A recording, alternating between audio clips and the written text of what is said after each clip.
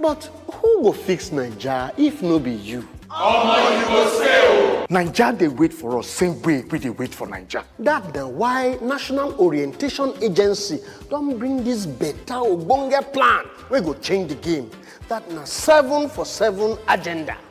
7 promises from leaders and 7 citizen codes.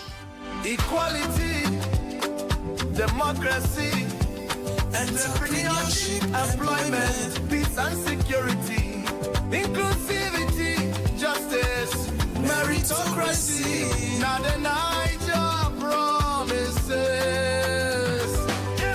But without our own discipline, duty of care and tolerance, respect and true leadership, transparency we all need, environmental awareness, resilience in no go walk.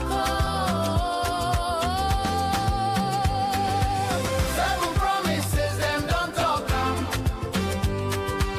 7 codes, now we go do am more.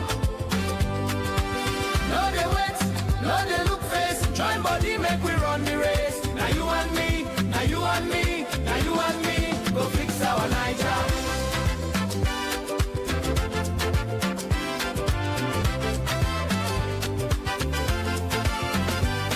Leave bribery, wash your hands. Come out from mago ways. Talk true when you see security concern now all of us. No they complain about Naija, complaining no they change our mode. If you be true Nigerian, if you be ogbonge Naija, if we want better tomorrow, now we go make them work today. 7 promises, them don't talk am. 7 codes, now we go do am more. No they wait, no they look face. Join body, make we run the race. Now you and me, now you and me, now you and me, go fix our Naija.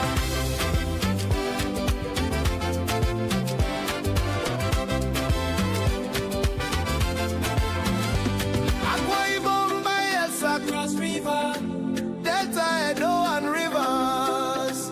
Oh, Akwa Ibom, Bayelsa, Cross River, Delta, Edo and Rivers.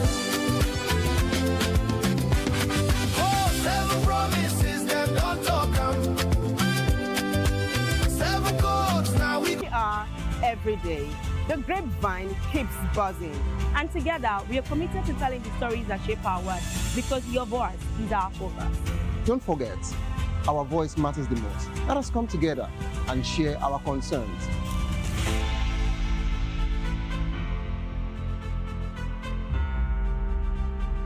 Mr. Ofamiloni, and here's to VOP TV. Keep watching, stay tuned, do not touch that dial. Arararara, my name is Made Kuti and you're watching BOP TV.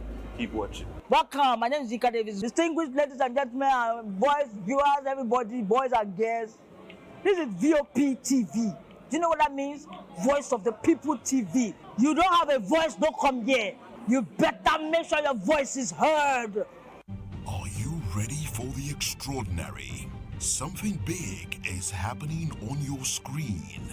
Introducing VOP TV. Now streaming on SLTV channel 264. From breaking news to captivating conversations, news analysis, giving you all sides to the story. We break in-depth discussions on the issues that matter, from politics to sports, entertainment, and lifestyle. VOP TV on SLTV channel 264. Join us as we redefine what television means to you. Voice of the People Television, VOP TV. Now you have more than a voice.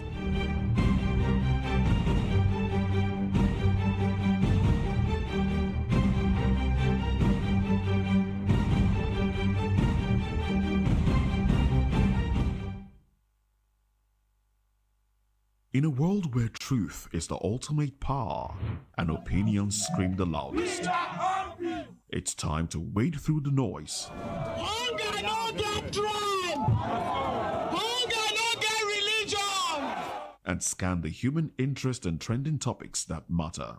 Stay tuned to The Issues, your plug to the stories making the buzz, from politics to science and technology, social justice, and more. Let's tackle the tough questions and expose the truth. The Issues on Voice of the People Television. Don't just react, understand. In a world where power shifts with every headline, In a nation full of questions. in a world filled with noise, the truth needs the voice. The policies that shapes our world, and the economy that determines our future. Every hour, every day, the grapevine keeps buzzing. And together, we are committed to telling the stories that shape our world, because your voice is our focus. Don't forget, our voice matters the most. Let us come together and share our concerns.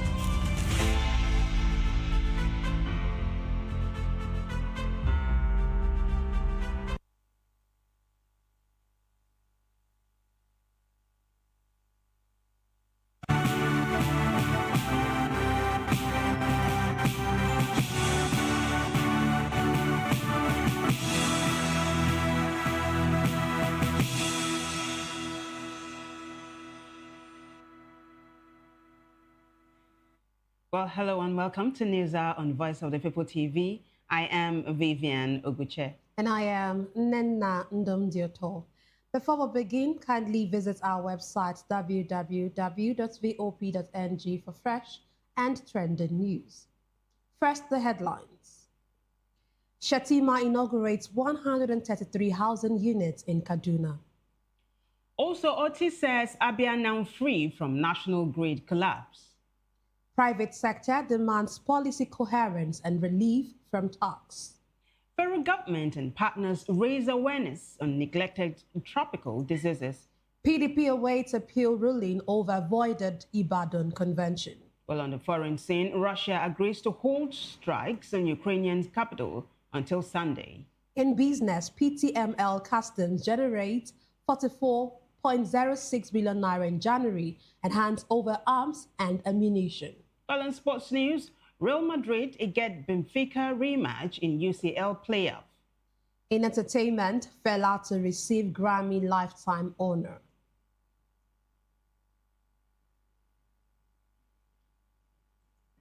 Now in the news in detail. Vice President Kashim Shettima has inaugurated the Tudumbiri Community Resettlement Scheme in Igabi Council area of Kaduna State, containing 133 completed housing units, educational facilities, and other state-of-the-art infrastructure. Inaugurating the facility on Friday, Shettima described the initiative as another promise fulfilled by President Bola Tinubu. Shettima had in December 2023 visited victims of the military's erroneous drone mishap in Tudumbiri and informed them of Tinubu's directive for a resettlement scheme in the community. In fulfillment of that promise, he returned in July 2024 for the groundbreaking ceremony under the resettlement scheme for persons impacted by conflict. According to Shettima, it is an agenda anchored on a simple yet powerful notion that governance must serve people, heal divisions, and strengthen the foundations of national stability.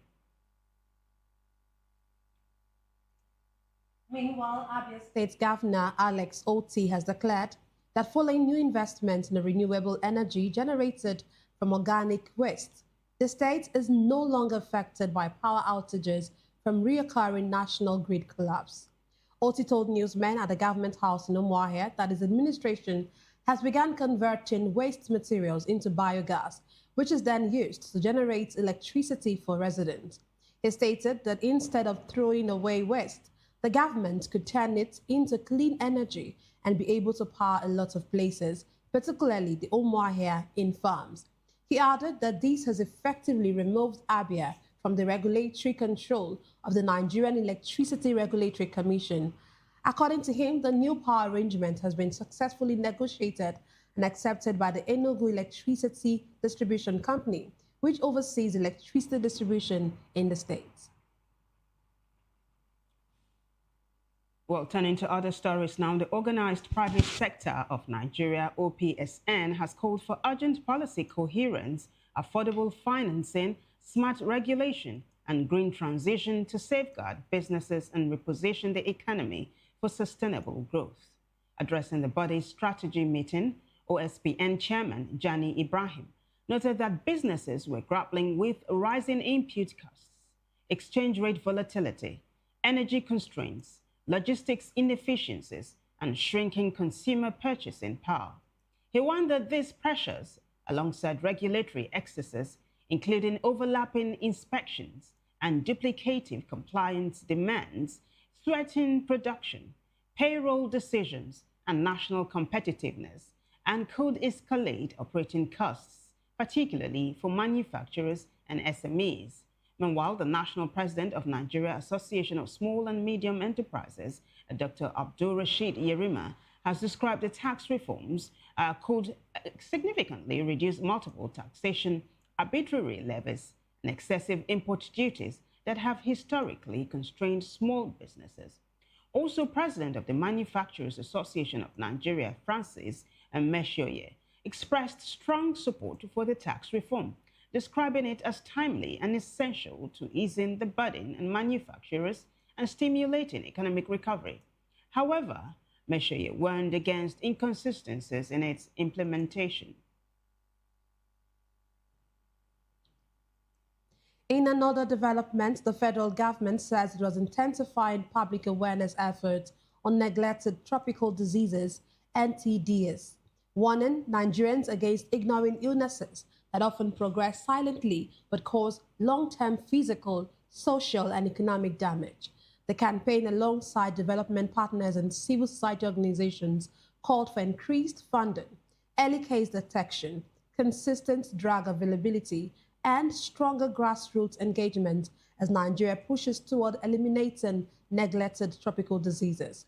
Head of Monitoring and Evaluation of the NTD Control Program, Gambo Yakubu, disclosed during the public awareness walk in Abuja that data from recent reports show that 583 out of Nigeria's 774 council areas are endemic for lymphatic filariasis. Yakubu said the scale of other NTDs remains equally troubling, with river blindness present in about 480 cancers, schizothemiasis in 583 cancers, soil-transmitted helminths in 424 cancers, and trachoma affecting 133 cancers nationwide. He explained that these diseases are called neglected because they do not receive the deserved attention, but are silently killing and disabling people, especially in tropical regions like Nigeria.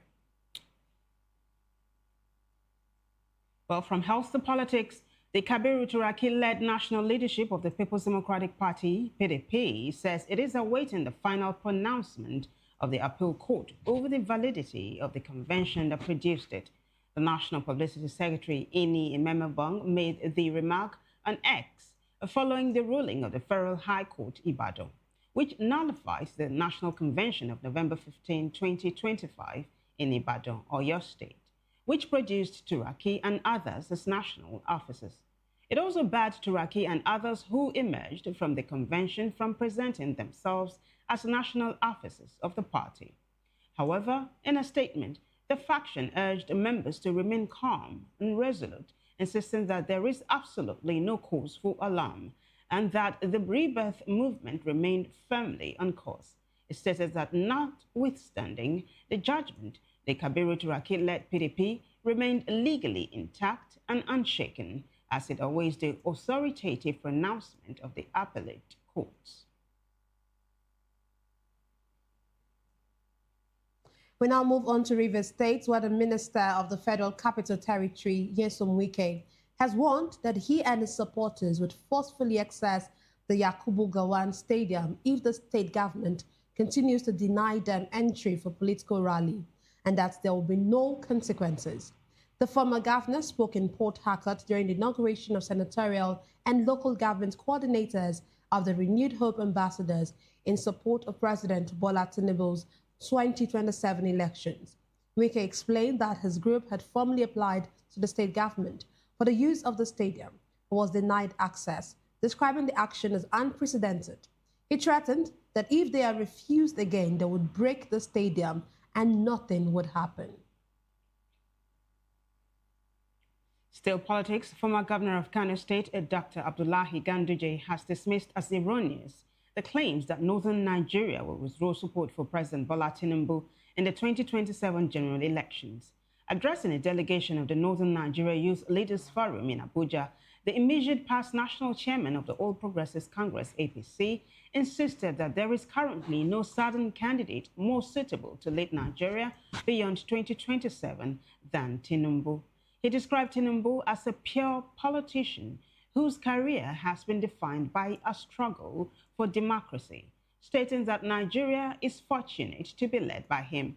According to Ganduje, those thinking that the North will vote for a different candidate in 2027 are making a grave error, as Tinubu has the upbringing, the belief in national unity, and the history of even going into exile to ensure that democracy survived in Nigeria.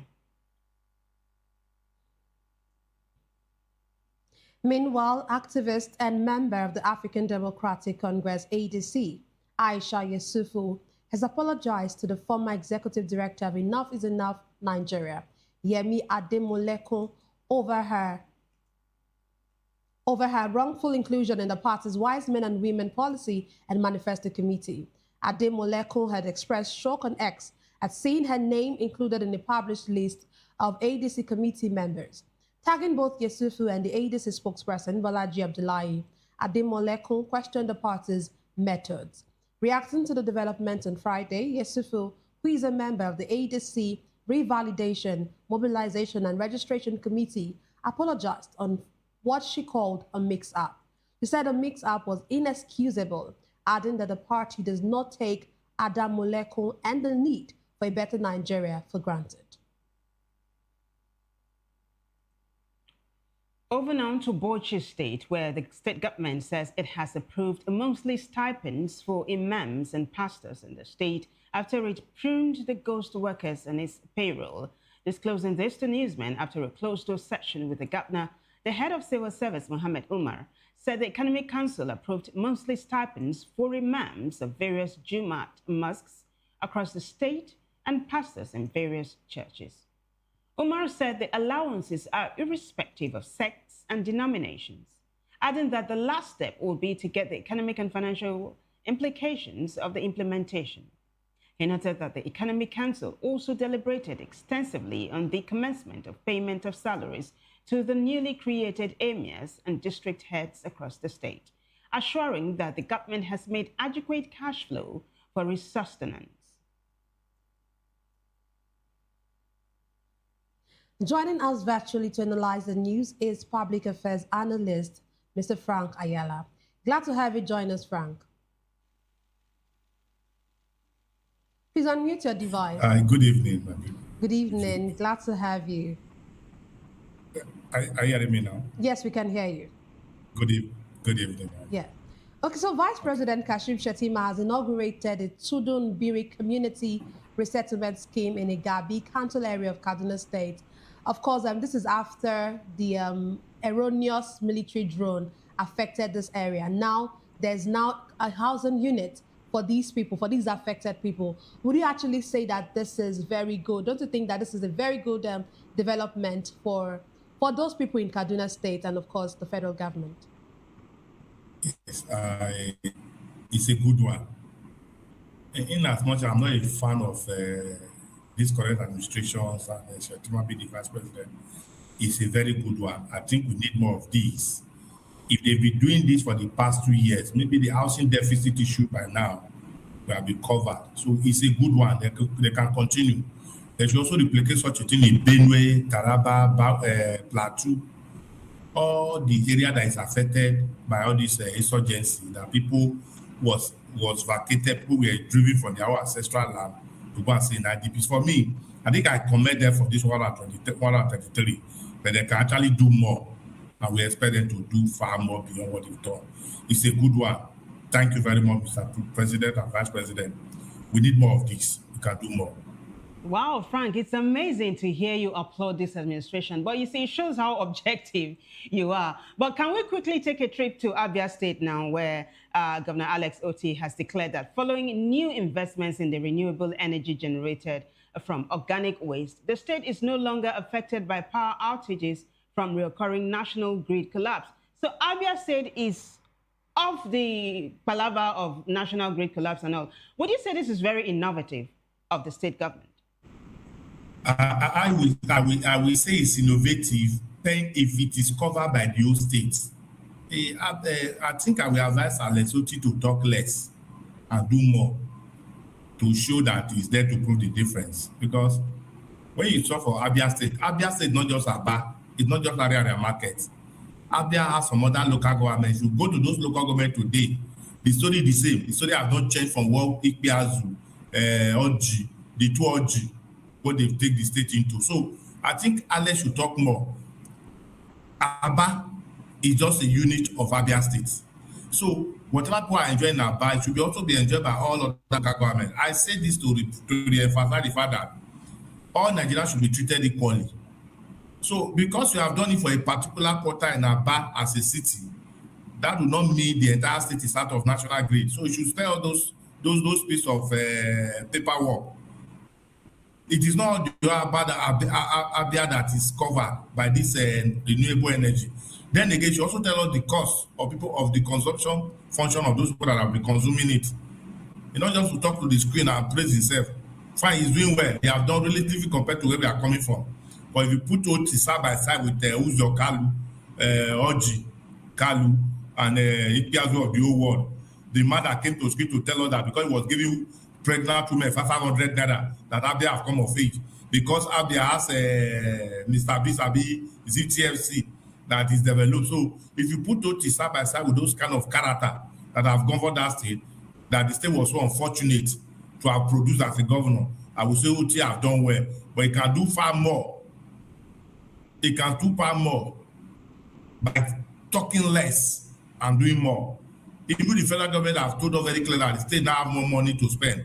So we want to see the effect of those mogul's money coming to the state. So for me, you should talk more. You should talk less and do more.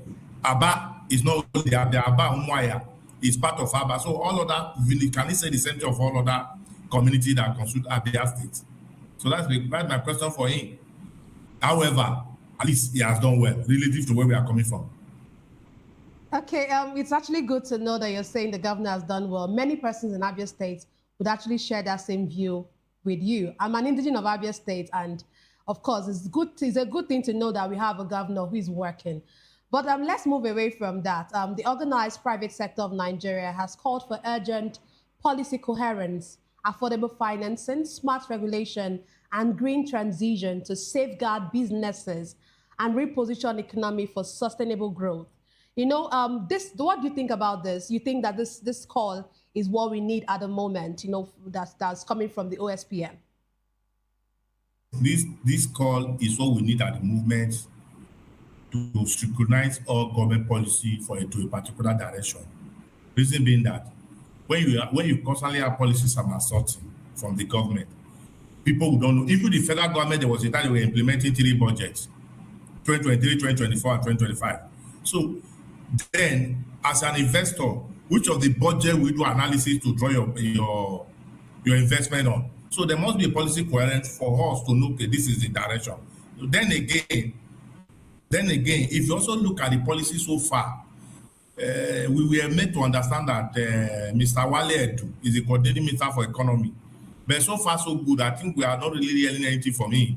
Rather, we are hearing from Tuchi Olubunmi Ojo, who is interior minister. So the government should define their role so that when you want to fast check on the policy, want to fast check the authenticity of the policy, you know the particular agency to pin it on. So for me, it's a good call. I believe the president need to do that as a matter of urgency.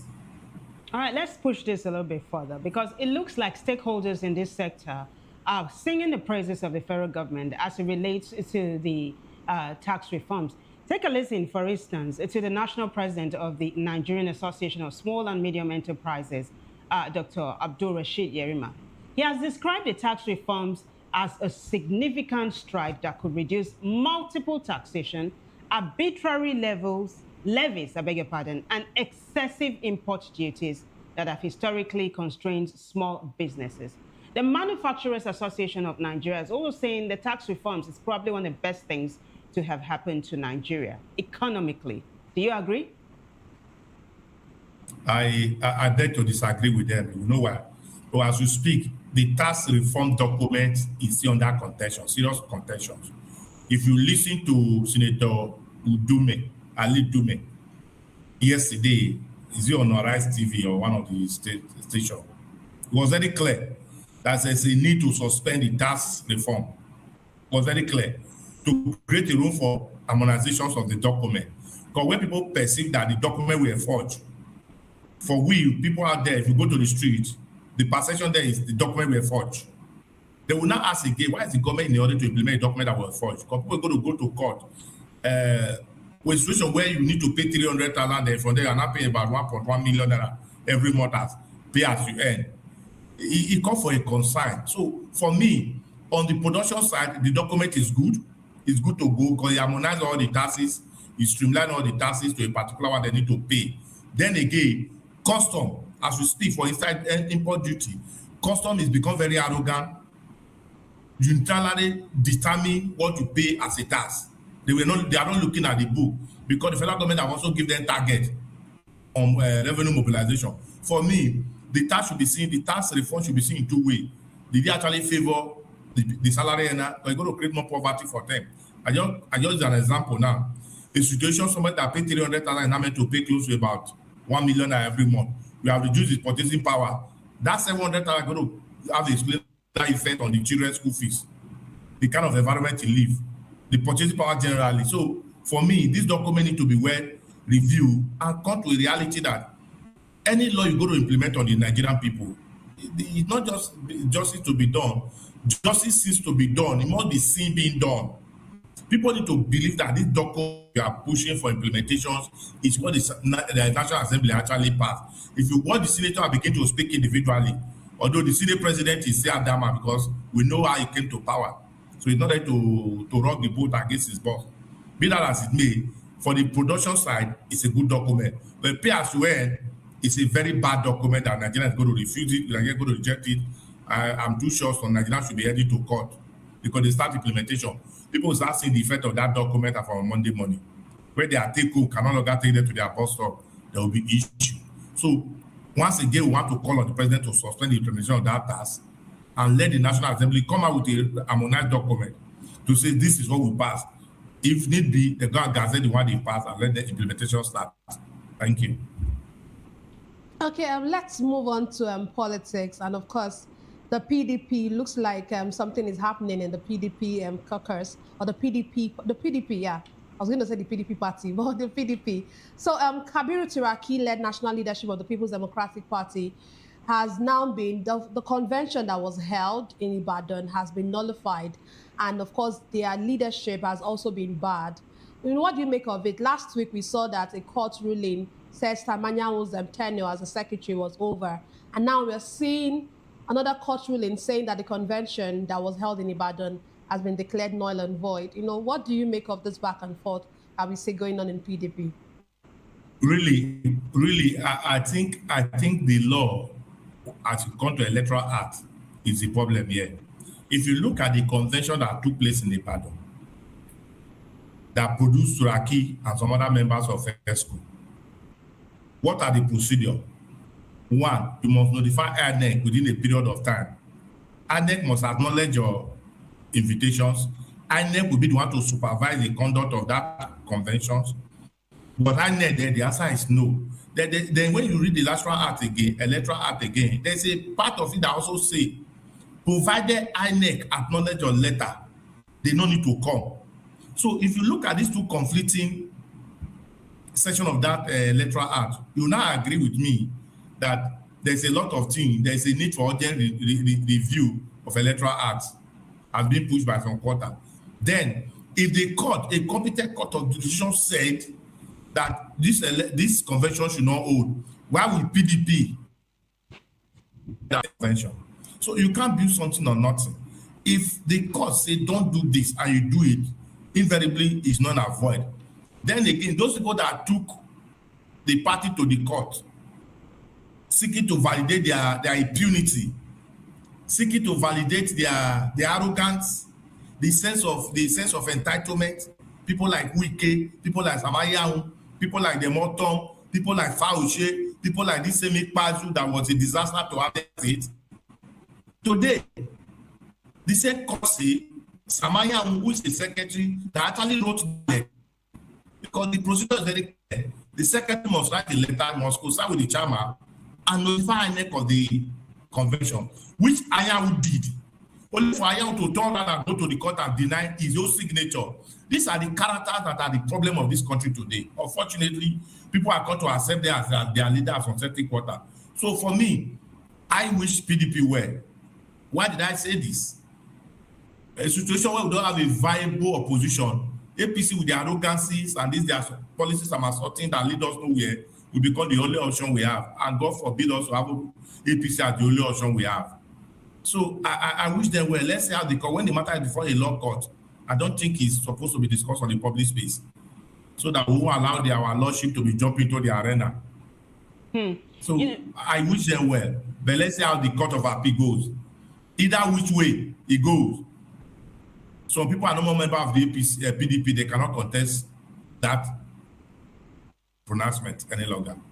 Yeah, I was going to ask you about the appellate. Yeah, I was going to ask you about the appellate court and how you think this case is going to swing, assuming you have a crystal ball. But I think you've touched about on it. You've said it might swing either way. But you said something, right? That way. But the truth of the matter is, can you also trust our lordship as it stands today? We have three major problems in our hand. It starts from the Nigerian police force, who we arrest people before investigation. Present the person before the law court without a proper evidence. Then two, we have the INEC, who by all reputation, the professor of technical glitch that have put Nigeria to this disaster. Then we now have the judiciary, who have been validating the impunities and illegality of the political class. So these are the three problems. So we cannot also say that we are expecting the best from our appeal court. But if you look at their judgment so far, looking at 2023 judgment, election that starts from court of appeal, how the judge was not defending a political party because they have interest in it. So if you put all this together, you know that we have a bigger problem in our hand than we think. Because they say the judiciary is the common hope of the common man. But this day is the higher bidder. That's why we could go to court within 8 hours and get a judgment to suspend the strike of the FCTA. We are in for a disaster. We are in for a complete disaster. And I pity our judiciary. We still have a very sound legal mind, very sound one. But the few that are making it look as if they are no more the hope of a common man, I think the judiciary, National Judicial Commission need to look at them and take them to where I believe them to be. Well, so we are entirely not waiting for the Court of Appeal to give us the final judgment. This matter might get to Supreme Court. Wow, that's a gloomy forecast you just gave there. But then earlier on, you said something about a viable opposition in the country, right? I want to touch on that a little bit before we let this matter go. You said you wished the PDP well to ensure that it keeps the APC on its toes. It looked like you were discountenancing the ADC, which is actually a major opposition party at the moment. Or don't you think it is? Yes, they are prospective opposition. As of today, did they have any member of House of Assembly? They have one, Madam Ireti Kingibe. It's a low voice in the House. So PDP say have about something House of Senate. So they are still being seen as a viable, a better opposition than the ADC that is just, they are still forming, they are still trying to gather themselves, and they are trying to put themselves together. They are also laying some problem. There are serious problems inherent to their what we perceive to be the solution. And what is the problem? You see, either we like it or not today, ADC is a vehicle that was designed to achieve articles aspirations. If you watch recently, if their secretary in Abuja, we understand that it was article that single-handedly bankroll it. I don't see people like Obi coming to no. Those are the issues I say it's an inherent problem they are also building for themselves. Because people are beginning to see ADC as a vehicle to achieve a particular aim without a defined path that Nigeria want to see. What do we want to see? We need a government that will free us from the shackle of APC of lying. Recently, there was a video that emerged from Turkey where our president was being packed like a bag of rice by another president, where our president was being old, like a baby that want to cross the road. A sitting president of the biggest black nation in the world fell down. For me, I'm not saying age. Age, everybody have age to count battle with. But if you are that level of God's grace, do you need to stress yourself the more? I'm trying to respond to what Ganduje is saying. That thank God there nobody that can see to. There was any economy. So if Tinubu is the only hope of Nigeria, I don't think we have hope.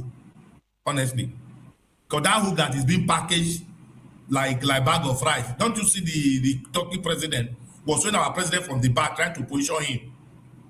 I mean, it was a disaster. It was a very bad picture. I never wish it happened. Yeah, but before I never wish that picture happened. Frank, so I don't think the AP. Now, this particular incident you're referring to, the president falling and all, of course, the Turkish administration, Turkey actually has come out to say, why is this such a big deal in Nigeria that they wrote it off, that it was nothing, just to let you know that it is a non-starter for Turkey. You know why it's a big deal? You know why it's a big deal for me? A seeking president cannot survive a seeking nation. As we speak today, Nigeria is sick in all lines. Do we have light? The answer is no. That is evidence of being sick. Today, the poverty rate is about 140 million out of about 220 something million. Is that continuous? We need a test that is sound, strong enough to stand the pressure. Because presidency comes with a lot of pressure. Presidency, this old man just came back from France. Okay. My dear, if you fly 6 hours by air, you need to gather strength before you can face on that function of that nature. So for me, president, anybody can misstep. But a situation where it become obvious that the president you went to visit is not the one guiding you, is a serious problem. That's my submission on that. Okay, let's move on. Let's move on to what's happening or what happened in Rivers State.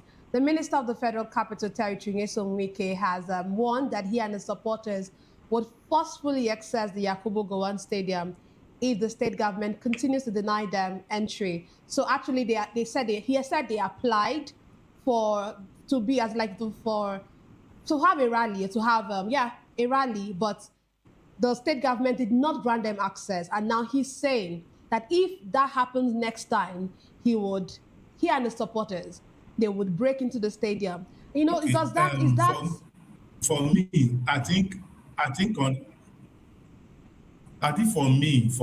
think I will say I will advise Wike to tread softly. You know why? The same Wike that denied PDP not to campaign Rivers State. You see, there is a law called karma. As you do to men, so shall men do unto you. As we speak today, the 001 of Rivers State is the sitting governor. So it is the governor that has the responsibility to organize a rally of such nature. So I dare Wike to go to that stadium and break it down. I dare him. He will know that stadium is not for federal government, it's for the state. It's a state property. The same right he have for that stadium is the same right every other people's children have in that stadium. He cannot destroy a state property because of his personal interest. So I dare him to go there and do what he has claimed he wants to do. That aside. Then again, Wike thought is smarter than God. There's a law called karma. What to do to men shall men do unto you. So when you stop PDP not to campaign last 2023 election in February, what did it is going to happen to him? So Wike is like a man that is drowning. I think I lose more confidence in Wike when he came out to say he didn't run in FCT. Wike that was seen everywhere running came out to say he was not. So these are kind of character that have dragged us. Sometimes I also pity the president. I really sympathize with Tinubu because the kind of character in Wike that this man is still believing that he's going to deliver any vote. If they are to do election today, the president will lose Abuja, not because he has not done well, because of that character called Wike. who I don't think he is thinking maybe FCT. It's like Port Harcourt. No. FCT belongs to the old Nigerians. It does not belong to Equity, it does not belong to a judge, it belongs to the old Nigerians, including me and you. So that's why I say I pity the president who have not seen the need to kick. Election is just around the corner. If you don't take Wike out within this first quarter, I won't be surprised if we lose FCT again. After the last election, they didn't win FCT. So Wike have got to destroy PDP, APC more in FCT. Not that the president have not done well. The president have done well relatively compared to the disaster that caused itself Buhari, that came to waste our 8 years. If you put Buhari side by side with Tinubu have done extremely well. So people like Wike, character like Wike is the one making the president to lose popularity in FCT. So we dare you to go to Port Harcourt and destroy our stadium. All right, I've got just a couple of minutes with you, Frank, and I would like for us to quickly touch on an interesting development in Bauchi State, where the government has approved most monthly stipends for imams and pastors in the state after it pruned the ghost workers on its payroll. What do you make of this? Just a minute and 30 seconds. That's all. Bala Mohammed is becoming another disaster like Ikpeazu, like Otto, like Ogwai of Rivers State, like my state governor, Lucky Igbenedion. Why will you pay a pastor? Why will you pay imam? What is their effect in the economy? What productive capacity are they generating? So these are the problem. We play politics to favor people without looking at the capacity of what we need to put on table. Bala Mohammed, for me, is a matter of respect, but this way he has gone. So for me, he joined the league of all those disasters, just as I've mentioned before. People never say anything good in constructive proposal, rather to run people see good because they want to remain relevant. It's unfortunate that is where he has gone, to go and spend Bauchi same money to maintain pastors who collect offering from the people without accounting for it, to maintain imam who collects whatever he need to collect from his people without accounting for it. Then you want to start paying their stipend. For what? Bauchi, that there's beggar everywhere. Go to Bauchi Street. You see beggars everywhere. Why can't you use that money to go and better the life of the common man? Very annoying people. Okay, thank you very much, Frank Ayala, thank you very much, for your extensive discussion and analysis. Okay, we'll be speaking with Frank Ayala, who is a public affairs analyst. And of course, we want you to remember that the views and opinions expressed by our analysts are solely theirs and not that of VOP Media. Moving on in the news, Governor Amandi has started ongoing road and drainage projects across Edo South to check progress on critical infrastructure, with residents praising intervention and recalling the poor state of the roads before the upgrade. He assured that his administration is committed to building lasting infrastructure that will improve daily life. Correspondent Rhoda Journey reports.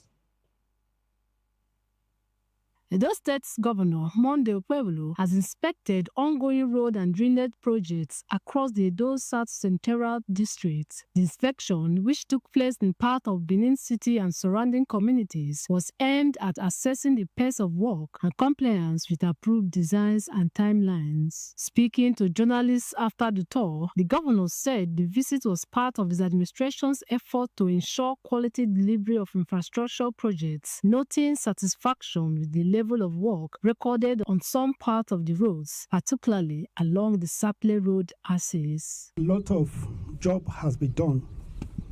I'm so impressed with Saple Road. If you get there, you know that we have actually walked at Saple Road. Look at this road. This road is stabilized now. It wasn't like this last time we came. But I'm happy to see all these things. And with me, why I'm so impressed is because we have hope, and the Renew Hope agenda of Mr. President is manifesting here in Edo State. So this is what we are building on, to see that we have a new Edo. His Excellency, Akpa Komisa, is doing the work. So he has done the work, and we never expected it. So we will continue to thank him. We pray God to give him power to do more. This road, who saw it before, will not believe what it is now. So he has tried. This place before is very bad, but for now, We are happy over it. So he's our great governor. I appreciate him. He's a good man. God bless him. This road now swamp area. Even when some people they talk, I say this road they don't shit. Sometimes they tell they say there's nothing we God not fit do, because even this first offset, I was there when the erosion entered the compound. Now me even there are more people they've joined there, they build water. To God be the glory. Everywhere is so beautiful. Everywhere is so okay. I believe God Almighty should give him long life and prosperity. The road is very good now. I know you have spent a lot, but God will refill that pocket in Jesus' name. The road is going on well. This place used to be a very waterlogged area, but with the advent of the governor coming in, so I think it's good. It's going on well, and I believe they are doing a credible job based on what I'm seeing right now. The governor added that his administration will continue unannounced inspection visits to project sites to promote accountability and effective service delivery across the states. From VOP, Brother Johnny.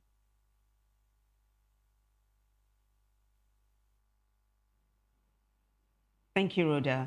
And now the Nigerian Civil Aviation Authority, NCAA, has given all domestic airlines operating in the country 7 days to have a mandatory special needs assistance option in their ticket reservation platforms. A statement by the NCAA Director of Public Affairs and Consumer Protection, Michael Achimogu, said the directive is to ensure improved access for passengers with disabilities and persons with reduced mobility. Achimogu explained that the directive requires airlines to provide passengers with the opportunity to request assistance at the point of booking across all ticket sales channels, including online platforms and telephone reservations. Recalling that it had issued a similar directive in April 2022, the NCAA warned that failure to comply with the directive within the 7-day window could attract regulatory enforcement in line with applicable rules.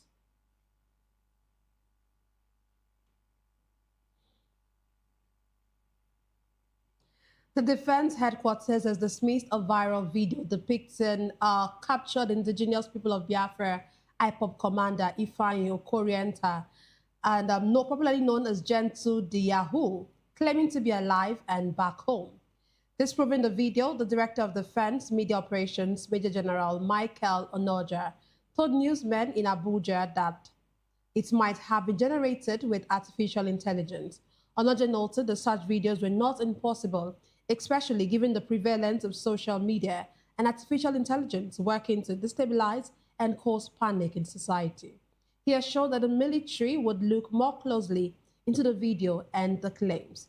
The military had in October announced that the Operation Udoka troops captured Okorienta, who is linked to the IPOB and its militant wing, the Eastern Security Network. However, the video showed a limping Okorienta announcing his return, claiming that he was poisoned while in government custody and vowing to restore peace in Okigwe.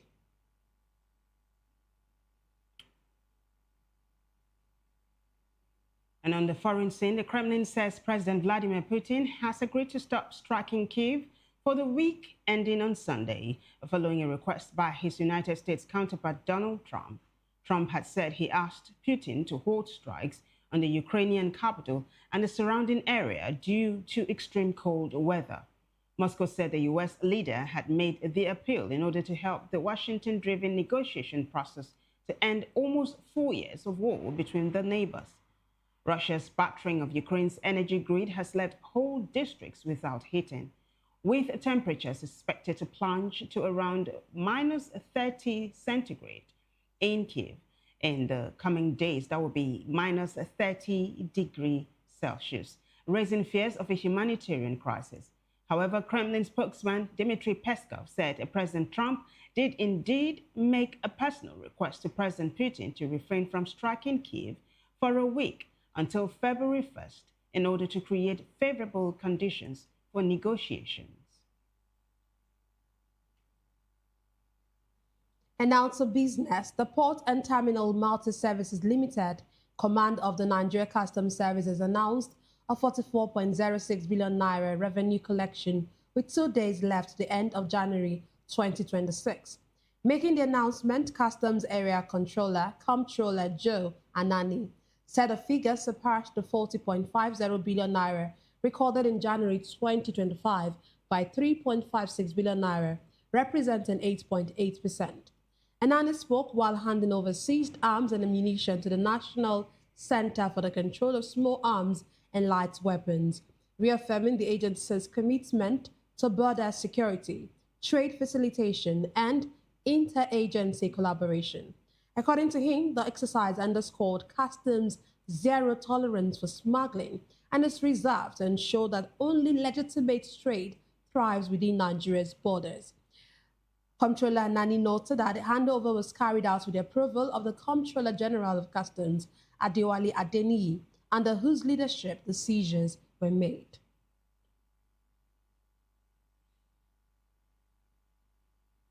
In sports news, Real Madrid have been handed a quick rematch with Benfica in the UEFA Champions League playoff round draw, while reigning European champions Paris Saint-Germain will face domestic rivals Monaco. Jose Mourinho's Benfica beat Real 4-2 in their final game of the league phase on Wednesday with a 98th-minute goal by goalkeeper Anatoly Trubin, proving decisive for the Portuguese side to snatch the last playoff spot. In the other pairings of the playoff round draw held on Friday, Inter Milan faced Bordeaux, PSG meet Monaco, Newcastle will clash with Karabag, while Juventus face Galatasaray. Others are Atletico Madrid versus Club Brugge, Atlanta versus Borussia Dortmund, and Leverkusen versus Olympiacos. The UCL knockout stage gets underway with the playoff round over 2 legs on February 17 and 18 and February 24 and 25.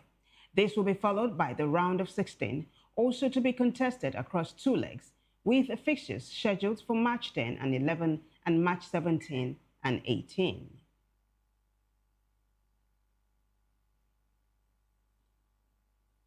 And finally, in entertainment, Afrobeat pioneer Fela Anikulapo Kuti has received a major global honor nearly 3 decades after his death.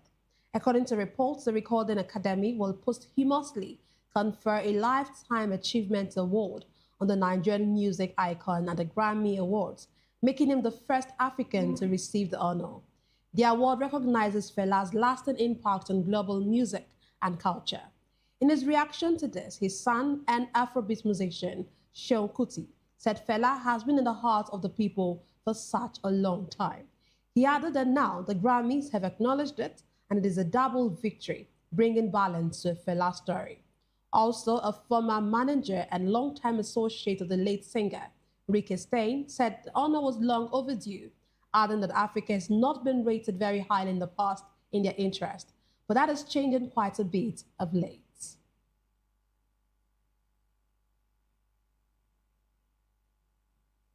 Well, congratulations to the late Fela. And that wraps it up for us on News Hour. But before we go, a quick look at the headlines. We told you that Vice President Kashim Shettima has inaugurated a 133 housing unit in Kaduna. Also, OT says Abia now free from national grid collapse. Private sector demands policy coherence and relief from tax. Federal government partners raise awareness on neglected tropical diseases. We also told you that the PDP is awaiting appeal ruling over voided Ibadan Convention. On the foreign scene, we told you that Russia has agreed to hold strikes in Ukrainian capital until Sunday. Well, in business news, PTML Customs generates 44.06 billion naira in January and hands over arms and ammunition. And sports, Real Madrid gets Benfica rematch in UCL playoff. While in entertainment news, Fela to receive Grammy Lifetime Honor. Do well to subscribe to our YouTube channel. On YouTube, we are Voice of the People Television. And other social media platforms, we are at VOP TV Live. You witness news happening near you, we want to hear from you. Send your eyewitness reports, event coverage requests, photos and videos directly via WhatsApp to 0814 606 4057. You can also reach our newsroom by email at news@vop.ng.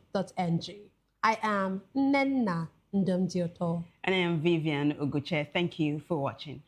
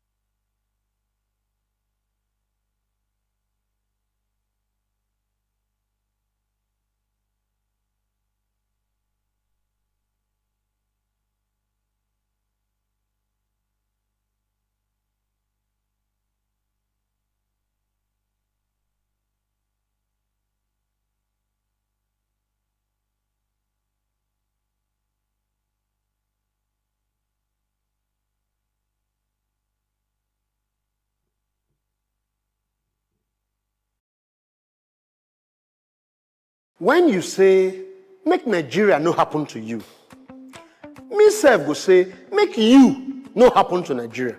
You dey bypass your light meter. You dey jump queue.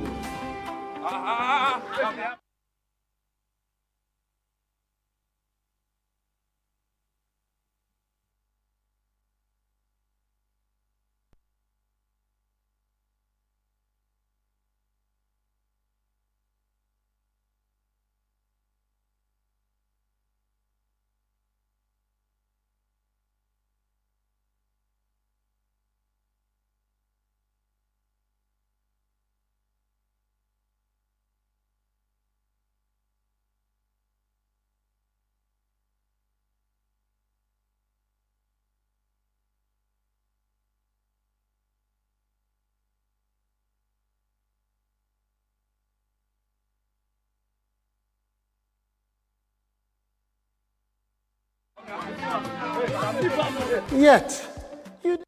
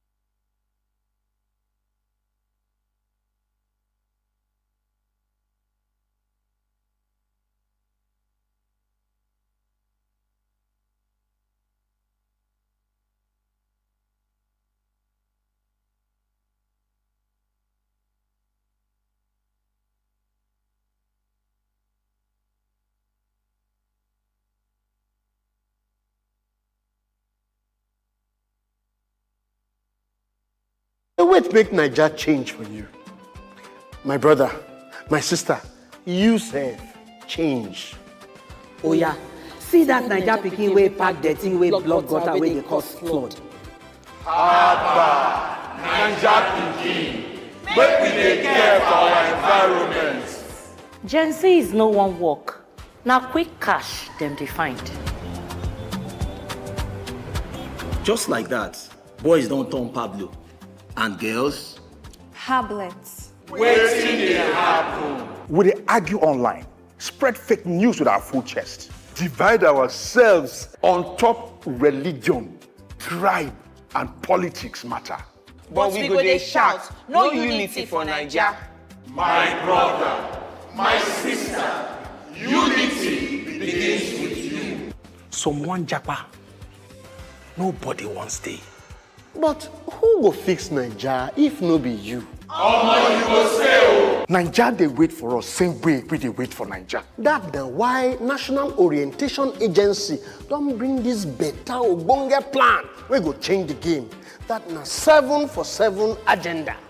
7 promises from leaders and 7 citizen codes. Equality, democracy, entrepreneurship, employment, peace and security, inclusivity, justice, meritocracy. Now the Naija promises. But without our own discipline, duty of care and tolerance, respect and true leadership, transparency we all need, environmental awareness, resilience in no go walk.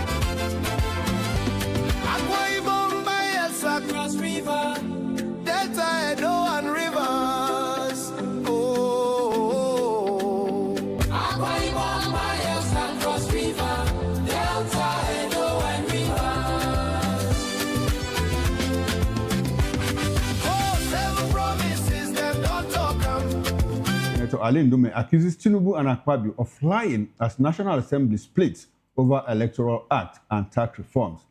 Ahead of 2027, religious bodies clash over calls for INEC chair Amiputan's removal. Now, these are the major topics of discussion this morning, but we also have other interesting stories that we'll weigh in on before we get into the major stories. I am Chukuma Okoro.